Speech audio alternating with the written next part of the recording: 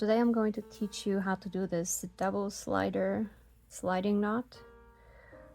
This will be the third one from my recent videos on how to tie a bracelet with an adjustable knot, and as you can see, for this one there are actually 2 knots on each side. So here's one of my 2 colored bracelets with loose ends. To begin, what I'm going to do is tie the ends, because we don't want the ends to slip out of the knot.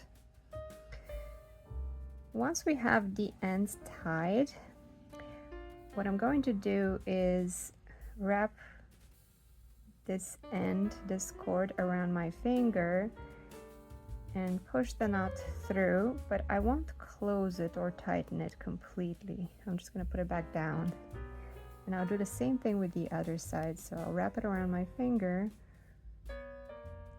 and then just push the end through so the knot goes through, but I won't close it.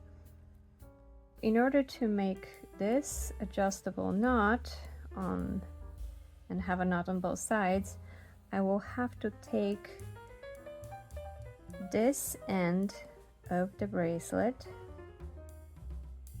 slide it down a little bit. I'll have to have this end of the bracelet pass through the circle here, and then the left side to pass through the other circle on the right.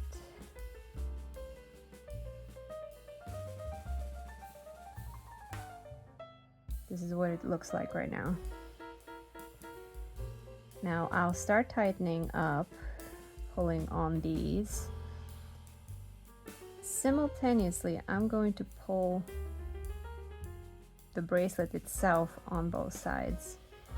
Now, if I want these knots to be close to the crochet end of the bracelet, I'll have to use my fingers to kind of slide them down a bit.